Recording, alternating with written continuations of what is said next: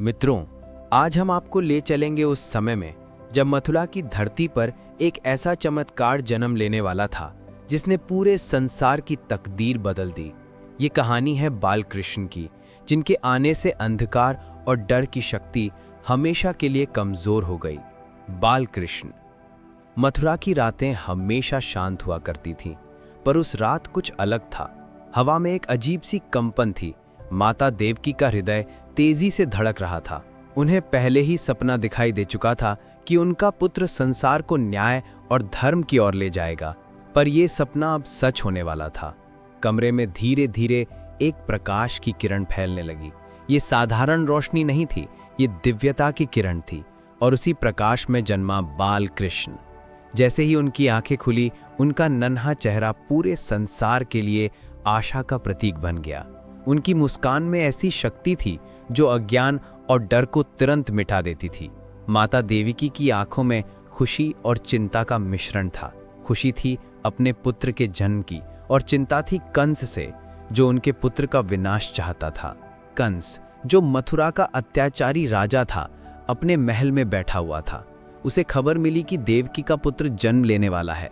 उसकी आंखों में तुरंत भय और क्रोध का मिश्रण झलकने लगा। कंस जानता था कि यह बच्चा उसके लिए खतरा है।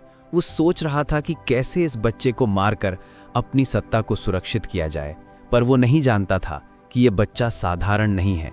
ये वही बालक है जिसके कदम धरती पर पड़ते ही न्याय और धर्म की शक्ति जागृत होगी।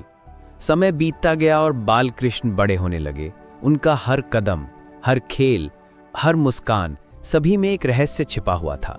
गोकुल के बच्चे उन्हें देखकर चकित रह जाते थे। कृष्ण माखन चोरी करते, नदियों में नहाते और अपने दोस्तों के साथ खेलते, पर उन खेलों में भी जीवन का संदेश छुपा था। हर खेल में उन्होंने लोगों को सिखाया कि भक्ति, साहस और प्रेम से बड़ी मुश्किल आसान हो सकती है। कृष्ण के बचपन की कहानियां तो सभी जानते हैं, माखन चोरी, यमुना जी में नहाना और गोपियों के साथ खेल, पर इन कहानियों के पीछे छुपा था गहरा अर्थ। हर खेल एक शिक्षा था, हर माखन चोरी में छुपा था धैर्य और चालाकी का संदेश। कृष्ण के कदमों में शक्ति थी, पर उनकी आंखों में हमेशा गंभीरता थी। जैसे कि वो जानते हों, उनका जीवन किसी सामान्य बच्चे जैसा नहीं होने वाला है। एक दिन कंस ने देवकी और वसुदेव को बंदी बना लिया। कृष्ण ने देखा कि अब समय आ गया है मथुरा और अपने माता पिता की रक्षा करने का। वो जान गए थे कि खेल और मस्ती अब पीछे रह गए हैं। अब धर्म की रक्षा के लिए उन्हें कदम उठाना होगा। उनके छोटे कद में अद्भुत शक्ति थी, और उनका साहस हर डर को मात दे सकता था। कृष्ण ने अपने दोस्तों के साथ मिलकर योजनाएं बनाई। उन्होंने कंस के सैनिकों को चकित कर दिया। उनका हर कदम, हर योजना इतनी सूझबूझ और बुद्धिमत्ता से भरी हुई थी कि कोई अनुमान नहीं लगा सकता था कि यह बच्चा इतना बड़ा संकट दूर करने वाला है। मथुरा के हर घर में लोग कृष्ण की बहादुरी और बुद्धिमानी की कहानियां सुनाने लगे। लोग कहते थे कि यह बालक केवल खेल और माखन का नहीं, बल्कि न्याय और धर्म का प्रतीक है। और फिर वो दिन आया जब कृष्ण और कंस आमने सामने हुए। पूरी मथुरा की धरती जैसे थम सी गई हो। कंस की आंखों में क्रोध और डर था, और कृष्ण की आंखों में साहस और सच्चाई। ये केवल एक लड़ाई नहीं थी, ये न्याय और अन्याय की भिड़ंत थी। धरती की हवा में जैसे बिजली कड़क रही हो। कृष्ण ने अपनी शक्ति और बुद्धिमानी से कंस को हराया। मथुरा की जनता ने राहत की सांस ली। उस दिन से यह स्पष्ट हो गया कि कृष्ण केवल एक बच्चा नहीं, बल्कि धर्म और न्याय का अवतार है।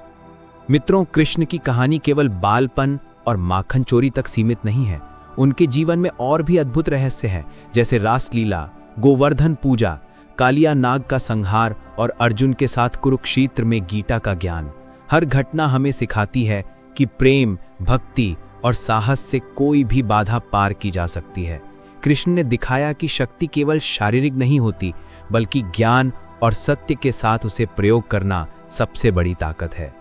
इस कहानी से हमें ये सीख मिलती है कि जीवन में चाहे कितनी भी कठिनाइयां आएं, साहस, धैर्य और धर्म के रास्ते पर चलने वाला व्यक्ति हमेशा विजय प्राप्त करता है।